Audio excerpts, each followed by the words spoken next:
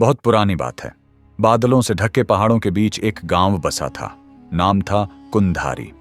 गांव में लोग खेती, मछली पकड़ना और कपड़े बुनना जानते थे।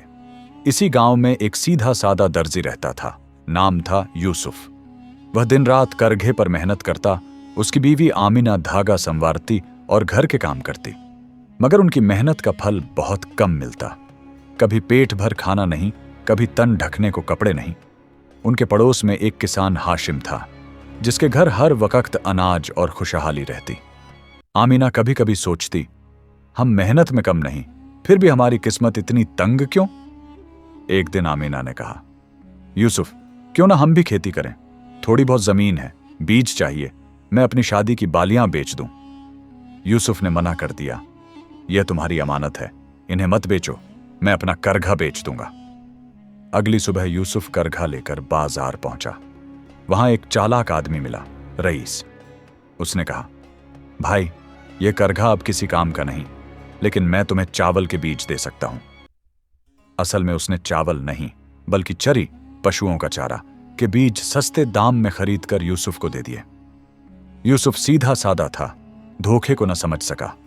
यूसुफ और आमिना ने खेत में बीज बोए। हरी भरी पौध निकल आई। दोनों खुश हुए कि अब चावल मिलेगा। मगर वक्त बीता, पौध बड़ी हुई, लेकिन उनमें धान की बालियां ना आईं। यूसुफ परेशान हुआ। एक रात उसने खेत में एक अजीब गाय देखी। उसका जिस्म सोने जैसा चमकदार था, सींग बहुत बड़े और आंखों में नूर था। वह वहीं चरी खा रही थी। यूसुफ और आमिना ने देखा कि गाय का दूध बहुत गाढ़ा और मीठा था। उन्होंने उसका दूध पीना शुरू किया और बाजार में बेचना भी शुरू किया।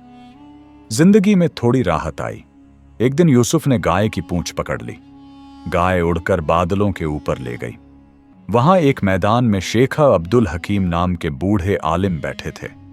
उन्होंने कहा, यूसुफ, तुम्हारे साथ जो हुआ उसमें अल्लाह की हिकमत है।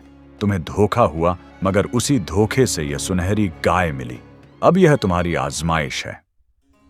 उन्होंने यूसुफ को एक मिट्टी की हांडी दी और कहा, इसमें बरकत है, दिन रात इसमें से चावल निकलेंगे। लेकिन ध्यान रहे, राज किसी को मत बताना और लालच मत करना।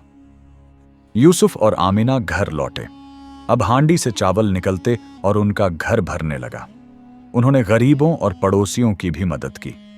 मगर एक दिन पड़ोसन मीना ने आमिना से राज उगलवा लिया। राज खुलते ही हांडी का चमत्कार खत्म हो गया। यूसुफ और आमिना दुखी हुए। उन्होंने तय किया कि फिर गाय की पूंछ पकड़कर शेख से तौबा मांगेंगे। मगर लालची मीना भी उनके पीछे लग गई।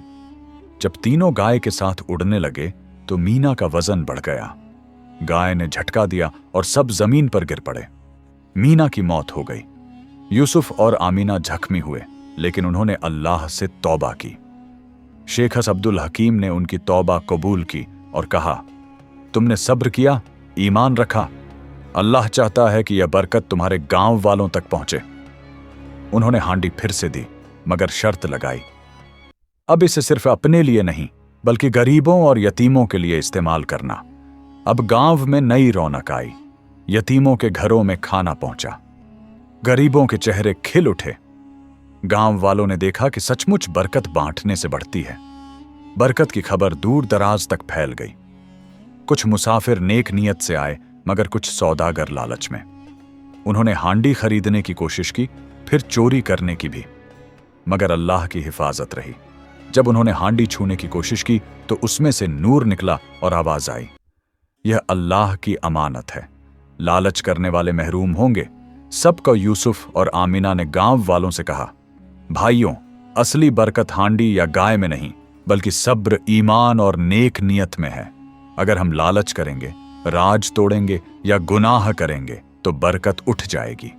गांव वालों ने कसम खाई कि वे इसे अमानत मानकर संभालेंगे। मेहनत और सब्र करने वालों को अल्लाह कभी अकेला नहीं छोड़ता। लालच और धोखा इंसान को बरकत से महरूम कर देता है। अमानत की हिफाजत और दूसरों के साथ बांटना ही असली रहमत है। बरकत अल्लाह की तरफ से होती है, न कि चीजों में।